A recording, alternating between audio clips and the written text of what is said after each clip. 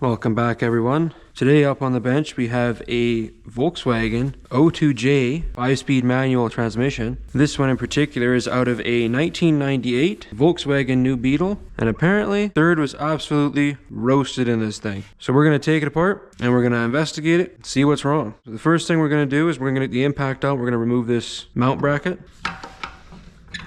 or maybe we'll just do it by hand. Okay, we got that off. We're going to leave the shift tower in for now because we need it. So one axle cup has already been removed, but don't worry, we're going to show how to do this other one. So deep down in there you'll see a 6mm Allen head. So we got our 6mm Allen in there. Just going to grab the impact. Super simple, way better than the previous generation. So there's our axle cup. The other one would have come off just the same. Alrighty, let's get this sensor out of the way. It's our speed sensor. You can remove this plug. So now I'm going to let fluid drain while I take off this 5th gear cover, which is held on by 5 11mm bolts. And just lift up on that. So now here we have the 5th gear. And these two gears are retained by these two huge Torx bits. But if we try to spin them right now, we're just going to end up spinning the shafts. We won't get these. So the key is we have to take this shift collar linkage off. We'll slide the collar down to engage 5th, and then we'll come up to our shifter and engage another gear. With both gears engaged at the same time, it will actually lock the two shafts together and prevent them from spinning, so we can undo both of these retainer bolts. We're going to come in with our M8 triple square. We're going to undo these two little bolts. And we'll remove this one right here, which is a Torx. And we'll engage 5th so that we can get better access to it. T40 is a little loose, so we'll go grab a T45. All right, we're back with our T45. So we'll pull this bolt. Just like that. And then our 5th gear linkage comes right off. So now, we'll get him out later, it's not a big deal. So now, we'll grab our collar, push it down to engage 5th, and now we're in neutral again. We'll grab this, and let's say we grab whatever that gear is, and these are now locked up. You can't spin them, which is exactly what we want. We're gonna come in with this big T60, and we're gonna hit these with a larger impact.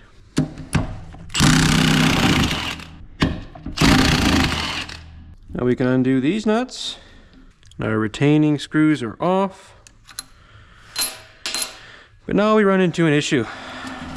These are pressed on, these gears. So I'm going to pull this shift collar off and try not to get parts flying everywhere. Not bad, really.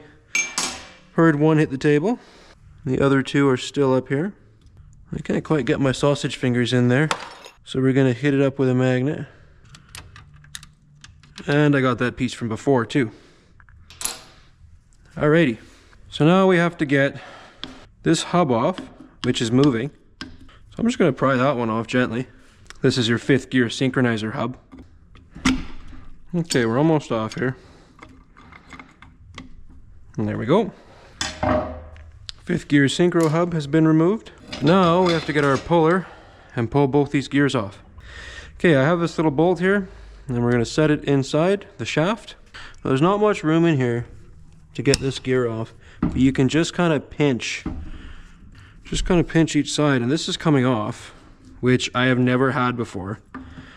That's crazy. I've taken apart I don't know how many of these transmissions, and I've never had one of these just pop off. What we're going to do is we're going to split the case. We're going to use the case to push it off, essentially. I'll come in here with our 13mm and we'll pull off this plug for the other side of the shifter. It's missing a bolt. It's supposed to have one here too, but... So now we'll undo our shifter, which also has 13mm bolts. I'll have to get this one with a wrench.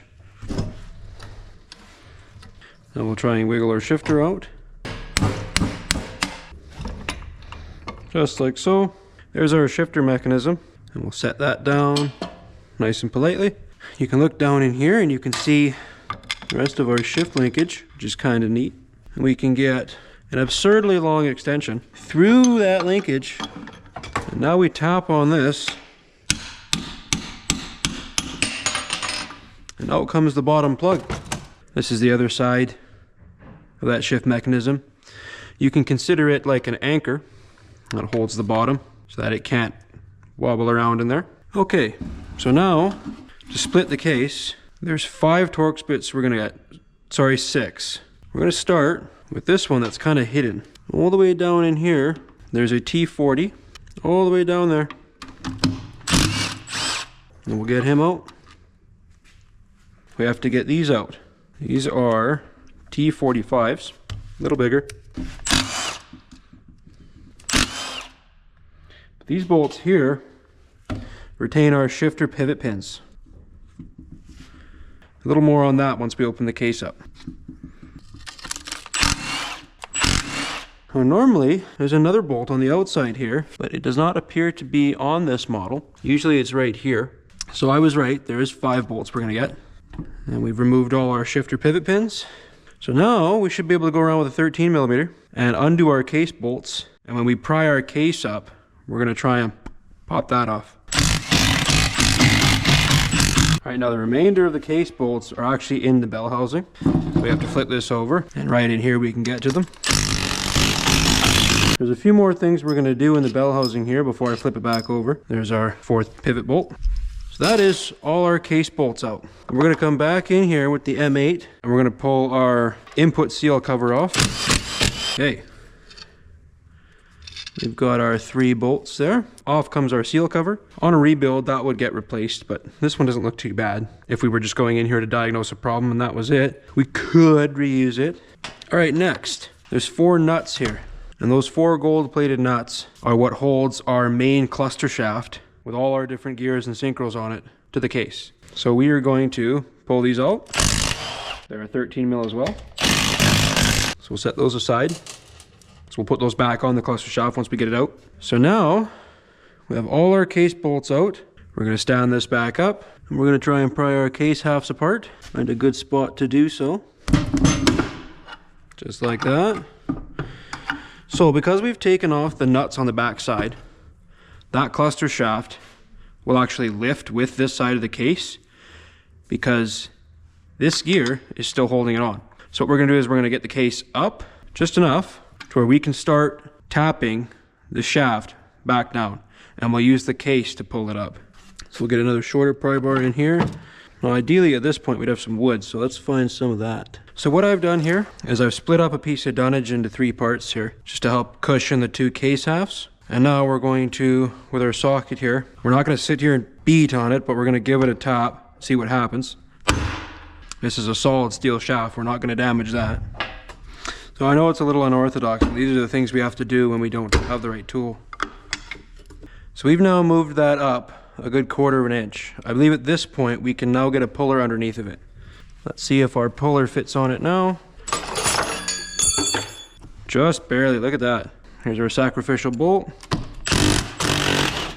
Hey, there's our rest of the gear. So a bit brutish, but no damage to anything. With our gears off, all our Torx bits out. Darn it, it does have the bolt. How could I have missed it? So there was 6 bolts that we had to remove. I knew it. It was hiding on me. That's okay, we'll get it now. This holds part of your reverse idler gear in.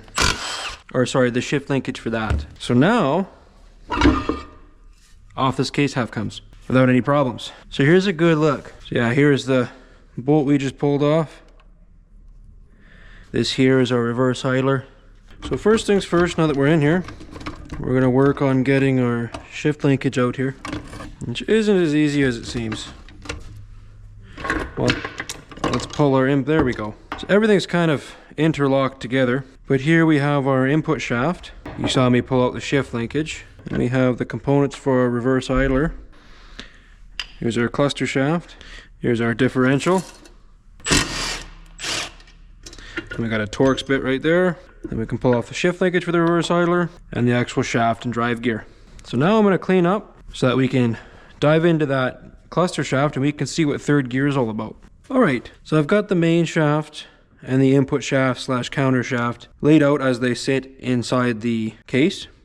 And then I've got our 5th gear just kind of hanging out there because I don't want to press them back on. But here we have our different gears. Here we can see 1st, 2nd, 3rd, 4th, and 5th. So we're going to follow along to 3rd and we're going to investigate it. We're going to try and see why we apparently had to hold it in. The synchro itself looks to be in alright shape, and it's got a little bit of a gap in there. Synchro's worn. That could definitely be a bit wider in there, but you shouldn't have had to hold it in gear. I'm trying to look down in here on the synchro ring and check for damage as well. And all of the teeth look to be fine. Matter of fact, check out number 4 synchro here. See, that's much better. There's a much larger gap. Like, I can't really push that synchro far into the gear. Here I can almost touch it.